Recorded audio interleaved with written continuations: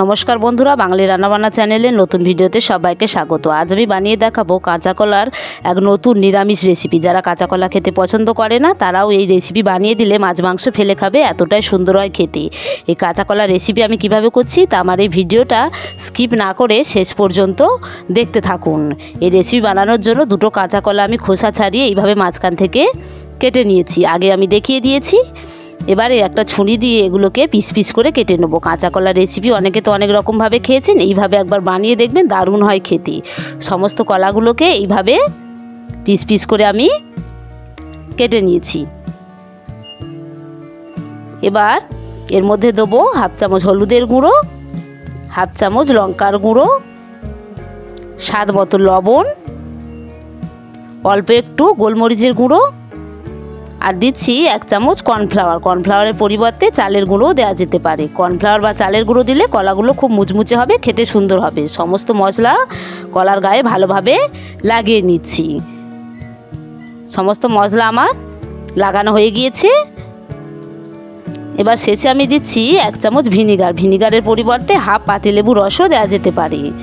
ভালোভাবে আবার কলার সঙ্গে ভিনিগারটাকে মিশিয়ে নিলাম। এবার আমি গ্যাসে কড়া বসিয়ে দিয়েছি।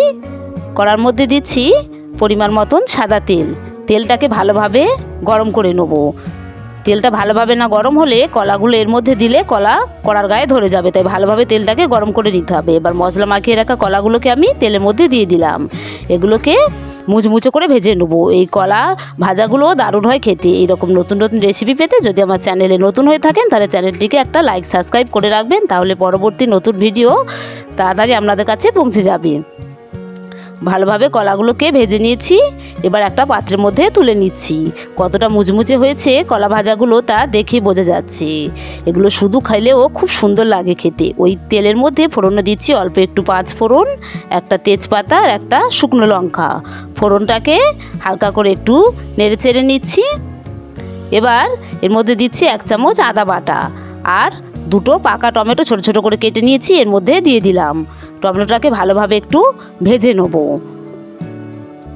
ভালোভাবে টমেটোটাকে ভেজে নিয়ে এর মধ্যে দিচ্ছি হাফ চামচ কাশ্মীরি লাল লঙ্কার গুঁড়ো, হাফ চামচ হলুদের গুঁড়ো, স্বাদ মতো লবণ আর অল্প একটু চিনি, সামান্য একটু জল দিয়ে মশলাটাকে কষিয়ে নেবো, না হলে তলায় ধরে যেতে পারে।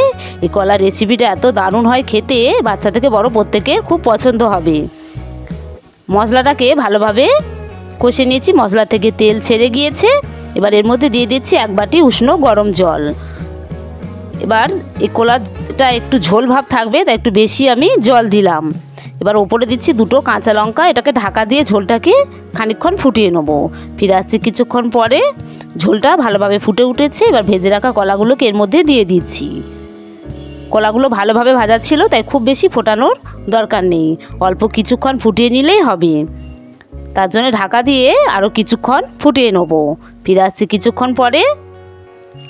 মাঝে ঢাকা খুলে দেখে নিয়েছিলাম কলাগুলো ভালোভাবে সিদ্ধ হয়ে গিয়েছে। এবার ওপরে দিচ্ছি এক চামচ গরম মশলা আর এক চামচ ঘি। সমস্ত নিরামিষ রান্না ঘি দিলে দারুণ হয় খেতে। কলাগুলো সিদ্ধ হয়ে গেছে, আমার ঝোলটা কতটা মাখা চাকা হয়েছে দেখে বোঝা যাচ্ছে। এবার এটাকে একটা পাত্রের মধ্যে ঢেলে নেব।